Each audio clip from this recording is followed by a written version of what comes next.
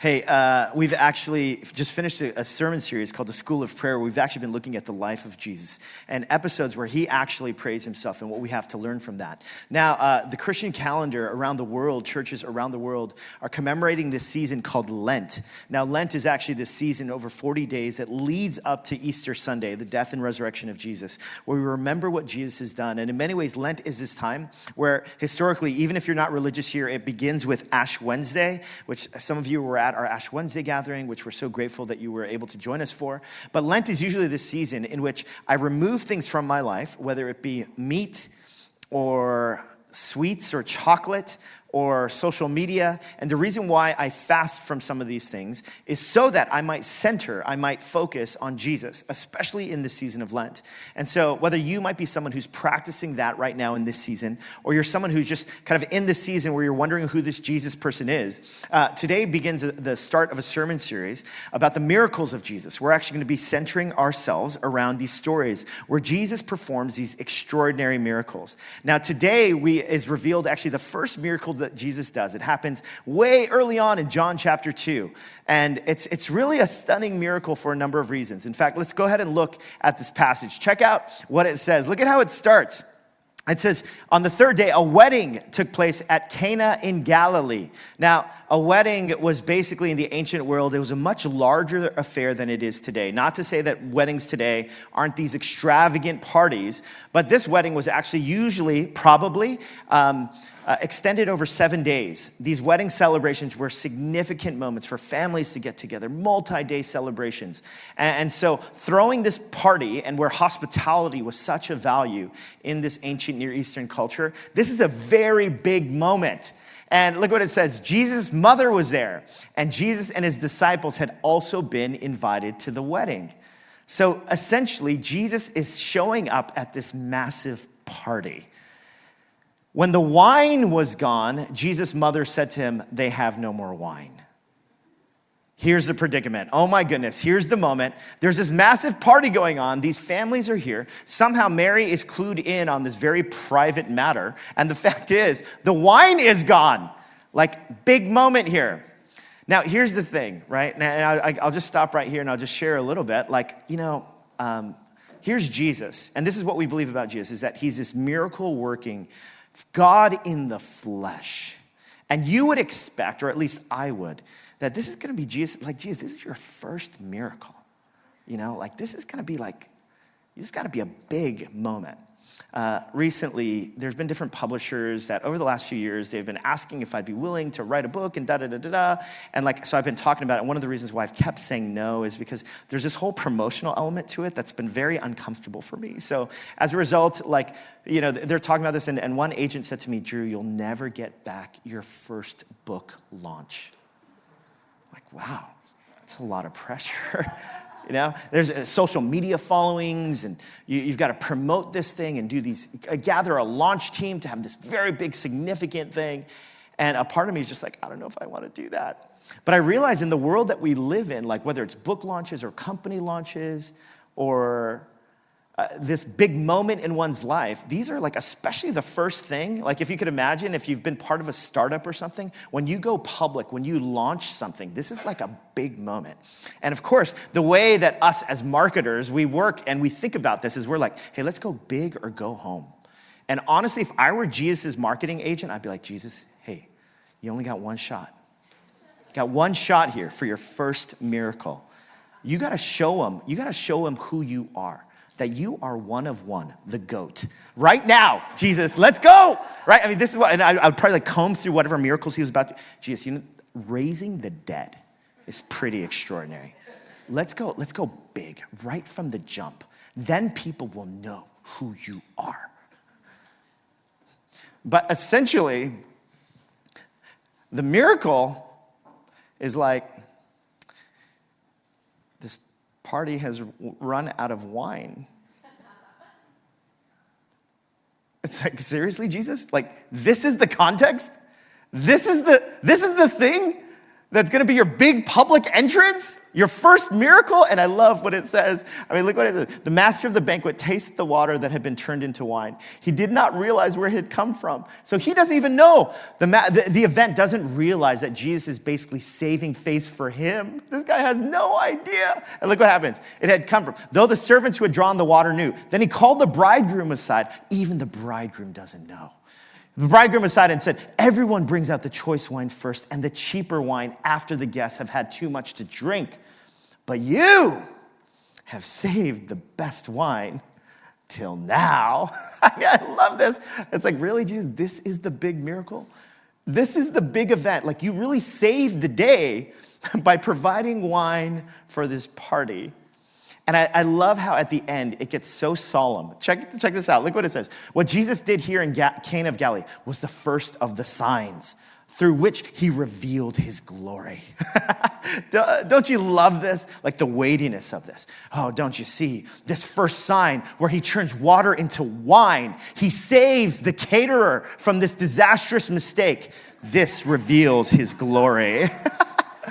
I mean, isn't this stunning? And his disciples believed in him. It's like after this, his disciples are like, you are the true and living God. You brought the best wine to the party. Now, in some ways, like what's so significant about this is you would think, and again, even for me, I look at this, I'm like, geez, I would go with Lazarus, honestly, raising Lazarus from the grave as my first one. But like you've done so many like healing of the blind. We could throw John chapter 9, the healing of the man born blind up here as well. Maybe that. Or you know what? Feeding of the 5,000, that was pretty impressive too. John chapter 6. Like any of these would be more impressive than this moment. But there's something about this moment, about the fact that Jesus here, in the most ordinary of events, this is where he's going to reveal his goodness, his grace, his joy, and what he's all about.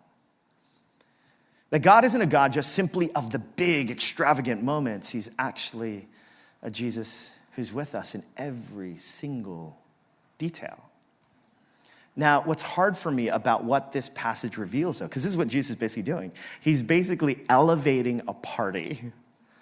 What's hard for me with that is I grew up in a context where joy and happiness was just not part of what it meant to follow God.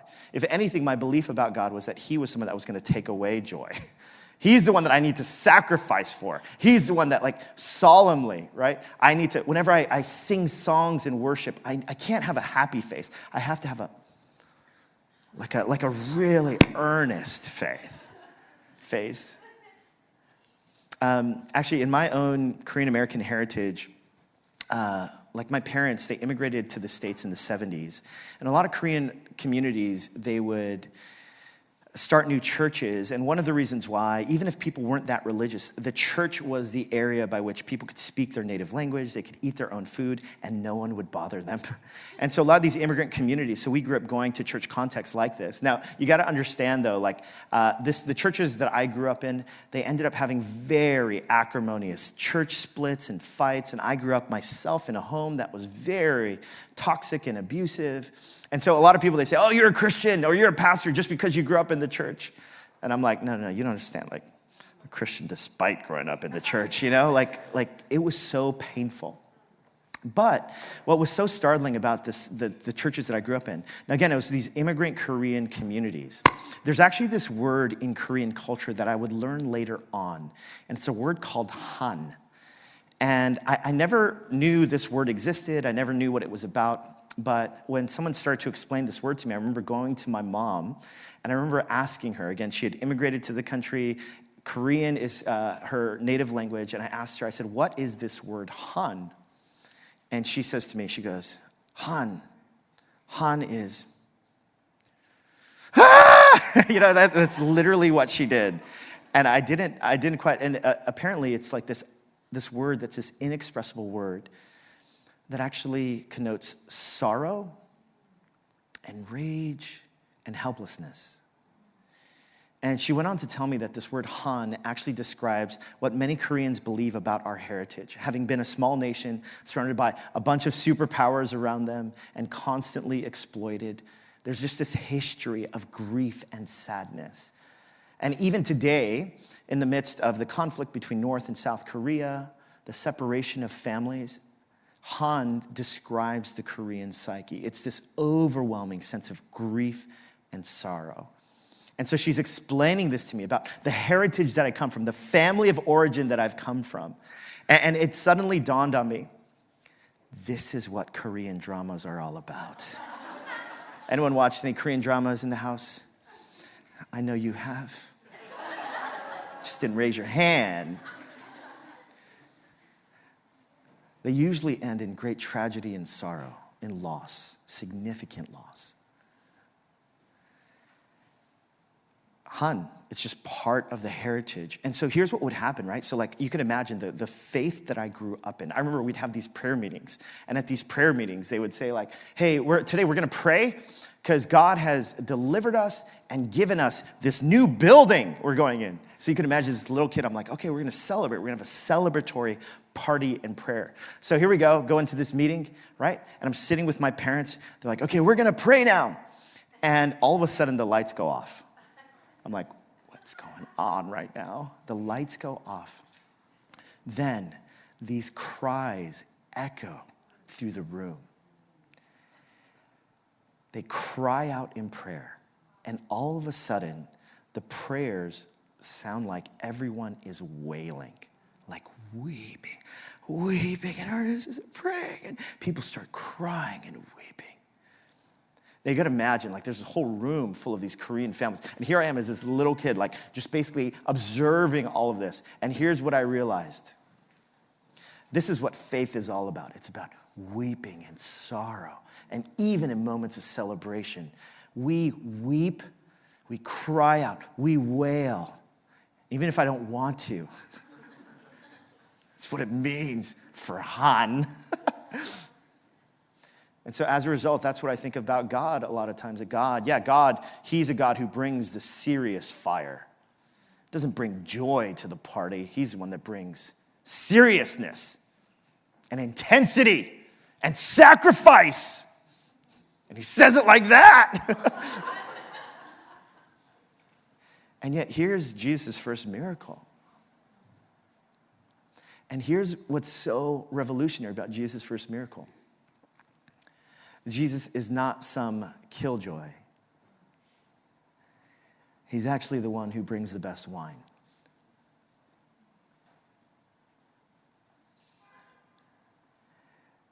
He's not someone that's here to ruin everyone's fun. In fact, he elevates the party. This is who Jesus is. And his first miracle is one in which he wants to impart the greatest of joy, of celebration, of happiness. Now, I realize even the phrase about bringing the best wine, it might be triggering for some of us who might be struggling with addiction in the room, so I don't want to minimize that struggle. And I realize that might be really hard as I even talk about this. And of course, the scriptures have all been about moderation, having Jesus be at the center. And this is what this whole season of Lent is about. And yet I can't get away from this teaching that Jesus here, this is who he is. He brings the greatest amount of joy and pleasure and happiness.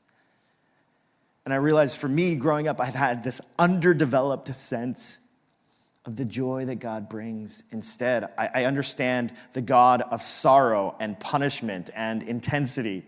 I remember one of the first vacations I went on was a mission trip to Mexico in an orphanage.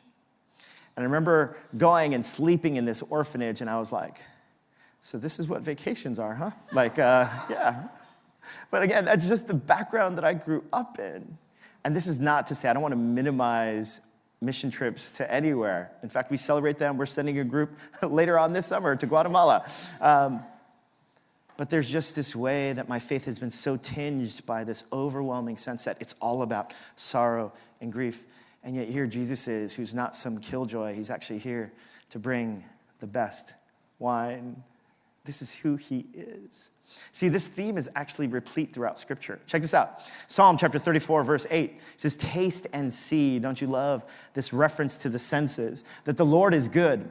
Blessed is the one who takes refuge in him. See, but it's not only in the Psalms. Check this out. Isaiah chapter 55. Look at all the images of delight, of joy. Come, all who are thirsty, come to the waters. And you who have no money, come buy and eat. Come buy wine and milk. Without money and without cost, why spend money on what is not bread and your labor on what does not satisfy? Listen to me and eat what is good. Don't you love this? And you will delight in the richest of fare. This is who God is. This is his overture, his invitation to his people to experience the fullness of delight and joy. And this is what Jesus does. To illustrate this further, I thought what we could do at this moment, I'm going to ask the ushers to come forward, and we're actually going to pass out a practice of joy, a kiss from God that I want to offer to you all this morning. Now, here's what I'd like for you to do. Before you dig right in, I would love for you just to hold the Hershey kiss in your hand. Each person, just hold it in your hand.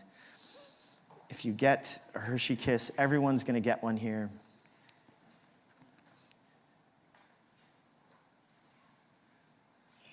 You can take one and pass it around. Now, here's what I realize. Some of you are like, I gave up sweets for Lent.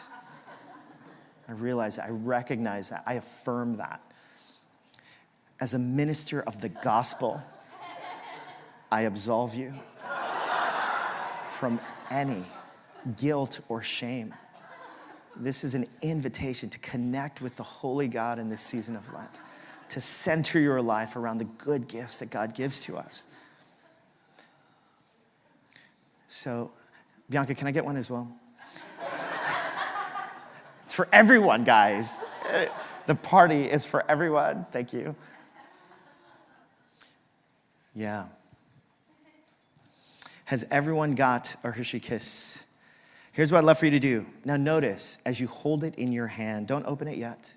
As you hold it in your hand, you can, even if you could imagine just closing your eyes, if you close your eyes and you just kind of feel around this wrapping, the little string that comes out, the shape and the texture of this, right? As you hold it in your hand, it conjures up memories. Like every single one of us, we know exactly what this is. Like this is a small delight of heaven. I know exactly what this is. In fact, my impulse is just to pull this string and to rip it apart. So I'm going to invite us to savor this moment. In fact, with the wrapping still on, why don't you just take a big sniff of this? Look, even through the foil.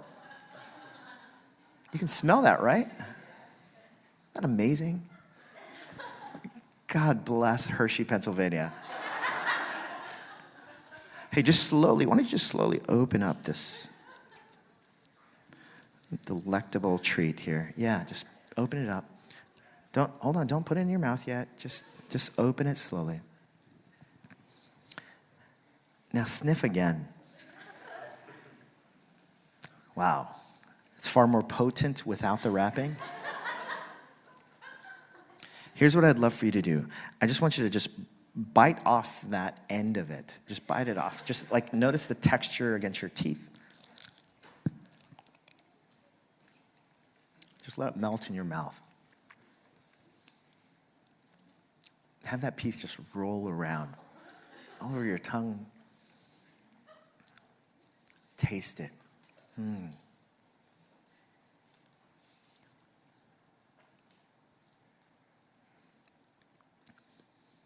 Some of you already swallowed it. I know. Impatient New Yorkers. Hey, you don't have to go anywhere. Let's just savor that. Okay, now take the rest. Place it on your tongue.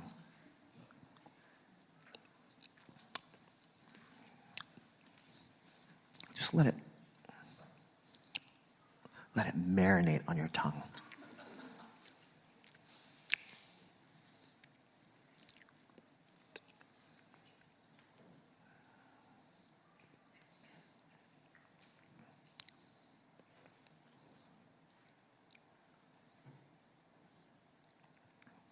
It's amazing how it just melts.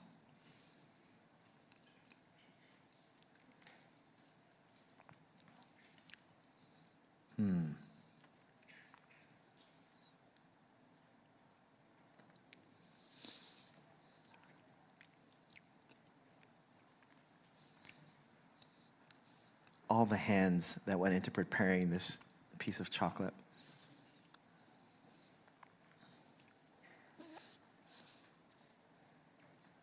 Can you imagine the person who discovered chocolate and just realized that it was edible,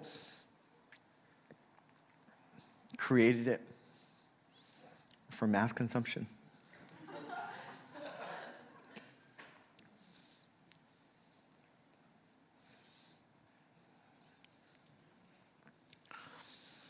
I'd love for you just to repeat after me.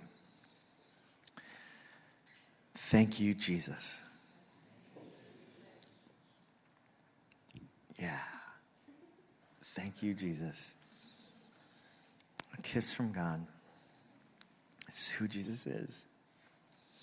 He gives us these moments of delight and joy. He's not some killjoy. Instead, he's someone who brings the best wine. It's who Jesus is in this miracle. Now, that's not the only point of this miracle, though. You see, actually, and what we're going to be exploring over the next few weeks, if you're to actually take a step back and look at the Gospel of John from a whole, there's actually all these different clues that will be evident in the miracles of Jesus that signify just how unique Jesus is. But there's these little clues and words that are used in this text that reveal something deeper going on. So I would love for us, check this out. Look at what it says. It says, on the third day, a wedding took place at Cana in Galilee. Jesus' mother was there, and Jesus and his disciples had also been invited to the wedding. When the wine was gone, here's this first kind of clue. If you know anything about the Christian heritage or the Christian tradition, there's a sacrament that's given to the church, the bread and the wine, or the bread and the cup. And it's always supposed to be a reminder of what Jesus has done for us, his death on our behalf, about his extraordinary love for us. So there's one clue there. The wine has gone, and Jesus' mother said to him, they have no more wine. And look what he says, woman, why do you involve me? Jesus replied. And he says, my hour has not yet come. Now, throughout the Gospel of John, whenever Jesus is referring to his hour, when he's praying and he's saying, my hour has not yet come, he's actually talking about his death, the hour of his death. And even early on in Jesus' ministry, he knows where this story is going. He knows it's moving towards his death. And even in this passage, it's basically revealing that Jesus himself knows when he says, my hour has not yet come. He's hinting at his own death. Now check out what it says. Nearby stood 6 stone water jars. These are these massive jars where the water was held. The kind used by the Jews for what? For ceremonial washing, each holding from 20 to 30 gallons.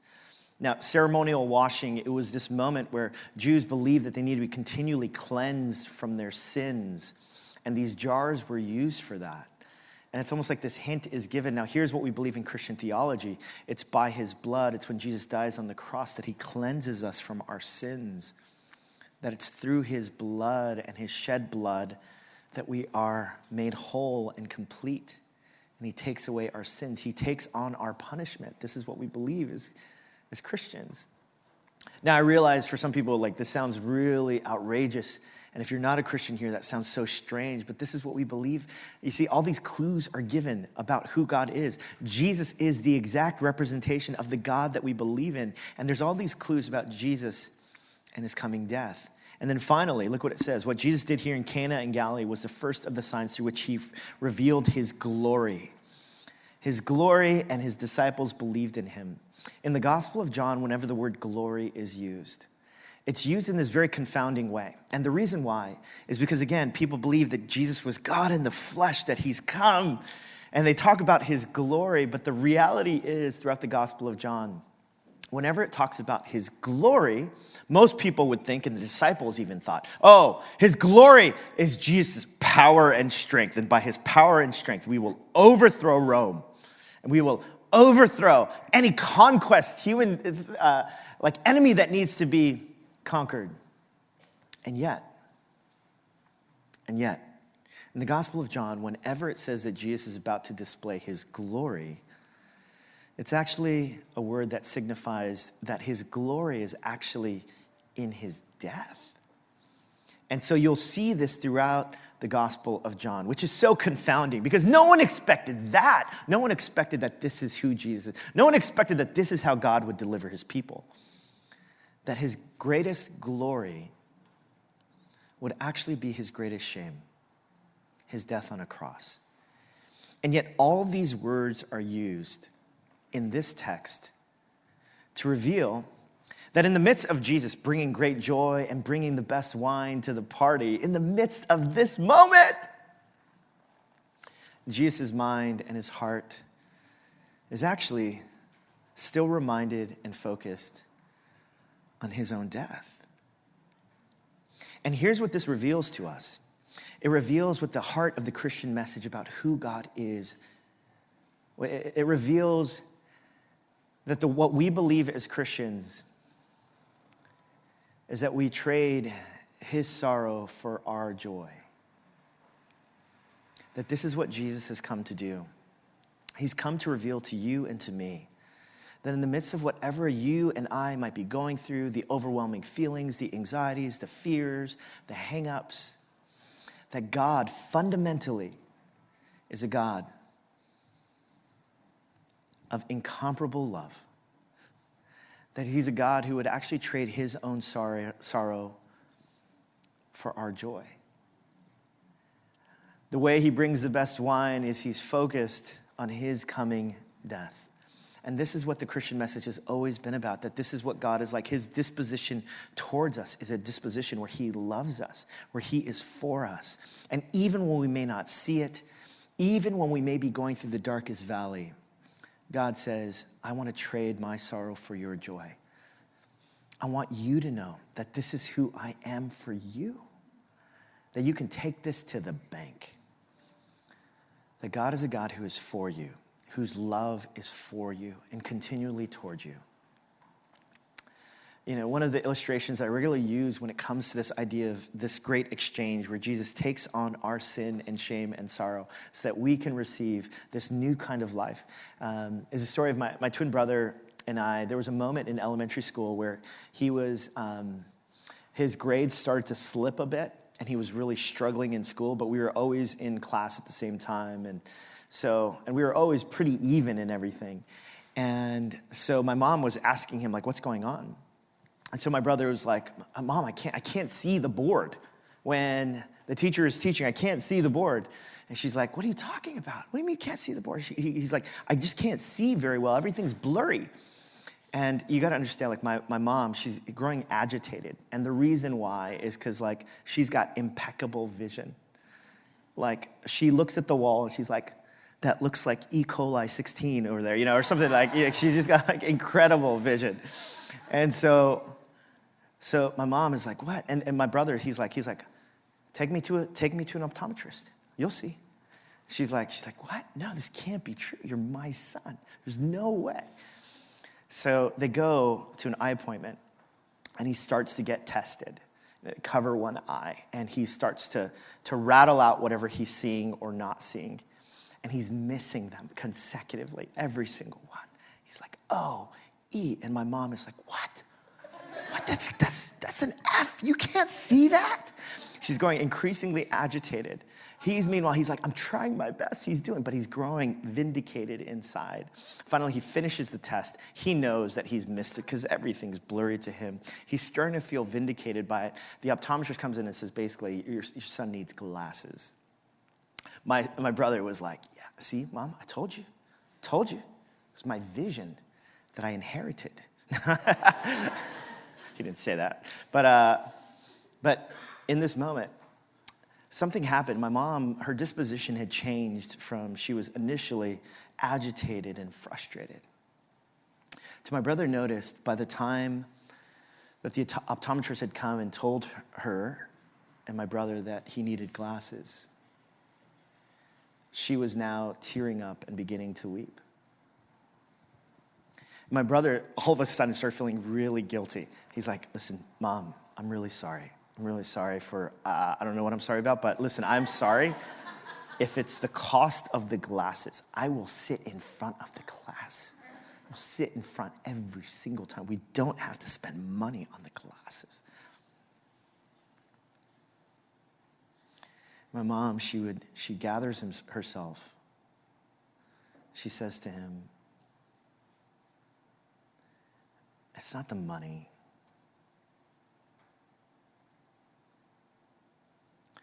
It's just, if I could trade my eyes for yours, I would do it in a heartbeat.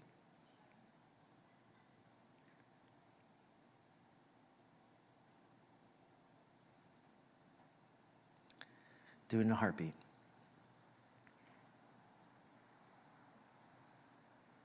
You know, the God that we serve is the God who actually did trade his life for yours and for me. His sorrow would become our joy. His death would become our resurrection.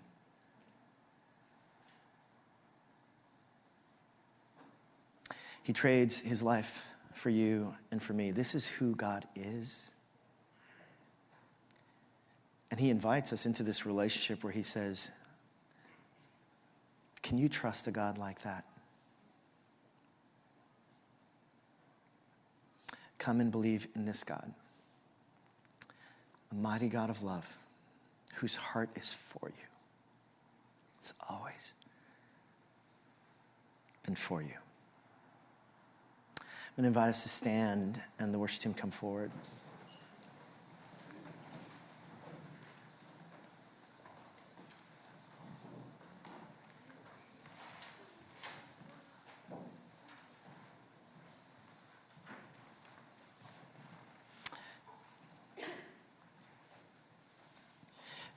What is God like? I mean, that's the question that so many people, whether Christians or not, have wrestled with. What is God like? And maybe even you, today you walk in to this room today. You've got all these views of God and what he's like, all these misgivings and doubts and wondering. Maybe you're overwhelmed with life. You wonder if God is present, whether he's real, whether he's for you. And today, God of the universe is the one whose love is so true that he would trade his life for yours, that his sorrow would become your joy, so that today you might experience the party he has for you.